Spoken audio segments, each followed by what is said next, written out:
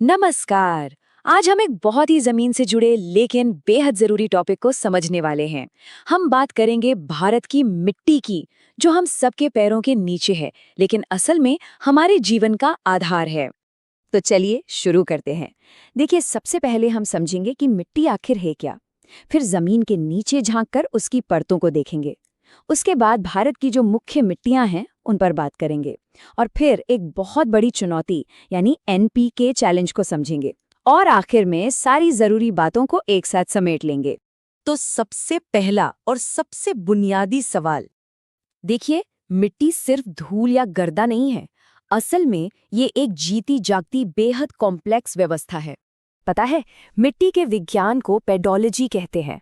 और ये हमें बताता है कि मिट्टी कोई एक दिन में नहीं बनती। इसे बनने में हजारों लाखों साल लग जाते हैं। जब चट्टानें धीरे धीरे टूटती हैं और उनमें पेड़ पौधों और जानवरों के गले सड़े अंश यानी ऑर्गेनिक मैटर मिल जाता है, तब जाकर मिट्टी तैयार होती है। अब देखते हैं कि मिट्टी की बनावट आखिर होती कैसे है। अगर हम जमीन में सीधा नीचे की तरफ खोदें तो हमें एक जैसी मिट्टी नहीं मिलेगी, बल्कि हमें अलग अलग परतें मिलेंगी। इन्हें होराइजन कहते हैं। ये देखिए, ये हैं वो 5 परतें, ओ, ए, बी, सी और आर। और जब ये सारी परतें एक साथ होती हैं तो उसे हम कहते हैं सॉइल प्रोफाइल। सबसे ऊपर होती है ओ होराइजन। ओ मतलब ऑर्गेनिक, सारा ह्यूमस, पत्तियां, खाद यहीं पर होता है। और इसके ठीक नीचे है ए होराइजन यानी टॉप सॉइल। हमारे खाने की ज्यादातर फसलें जैसे गेहूं और चावल इसी परत में उगते हैं। और नीचे जाएं तो मिलती है बी होराइजन, जहां तक बड़े बड़े पेड़ों की जड़ें पहुंचती हैं। और फिर आता है सी होराइजन, जिसमें ज्यादातर टूटे फूटे चट्टानों के टुकड़े होते हैं। यहां खेती करना तो मुमकिन ही नहीं है। और सबसे आखिर में एकदम नीचे है आर होराइजन। यह है असली ठोस चट्टान, जिसे हम बेडरॉक भी कहते हैं। ये ऊपर की सभी परतों का आधार है। अब दिलचस्प बात यह है कि पूरे भारत में मिट्टी एक जैसी नहीं है।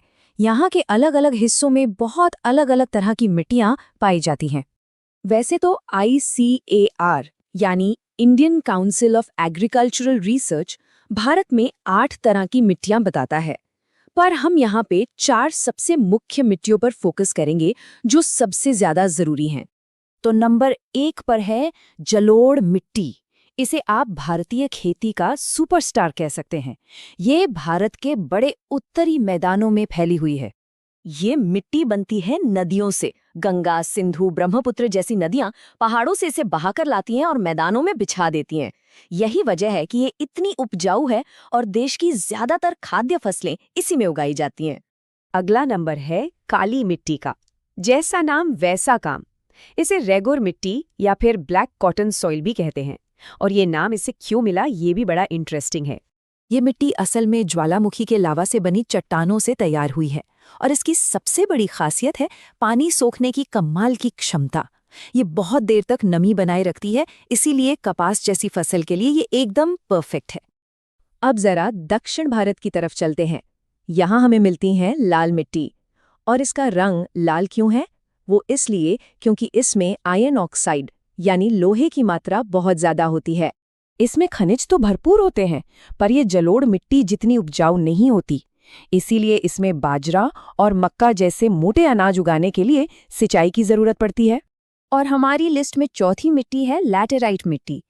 ये उन खास इलाकों में बनती है जहां बारिश बहुत ही ज्यादा होती है, जैसे कि पश्चिमी घाट में। जब जोरों की बारिश होती है तो मिट्टी के बारीक कण बह जाते हैं और पीछे रह जाती है ये मोटी दानेदार मिट्टी। ये चाय, कॉफी और काजू जैसे बागानों के लिए बेस्ट है। और हाँ, सूखने पर ये एकदम ईंट जैसी मजबूत हो जाती है। तो हमने देखा कि भारत की ये चारों मिट्टियां कितनी अलग हैं, है ना? लेकिन इन सब में एक कॉमन प्रॉब्लम है, एक ऐसी समस्या जो भारतीय खेती के लिए एक बहुत बड़ी चुनौती है। और वो समस्या है पोषक तत्वों की कमी।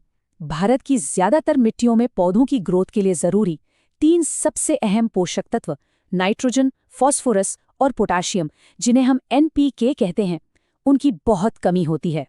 और बस इसीलिए किसानों को यूरिया और DAP जैसी खाद डालनी पड़ती है। और देखिए, पौधे की ज़रूरतें भी बदलती रहती हैं। जब पौधा छोटा होता है तो उसे अलग अनुपात में एनपीके चाहिए और जब वो बड़ा हो जाता है तो अलग। ठीक वैसे ही जैसे एक बच्चे की डाइट एक बड़े इंसान से अलग होती है। चलिए, अब तक जो भी हमने समझा है उसे फटाफट एक बार दोहरा लेते हैं।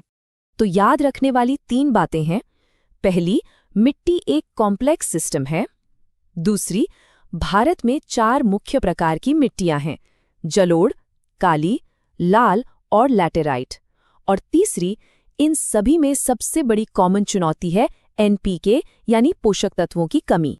ये सारी बातें हमें एक बहुत ज़रूरी सवाल पर लाकर खड़ा कर देती हैं कि हम अपनी आने वाली पीढ़ियों के लिए इस कीमती और जीवन देने वाले संसाधन यानी हमारी मिट्टी को बचाने और इसकी सेहत को बेहतर करने के लिए क्या कर सकते हैं।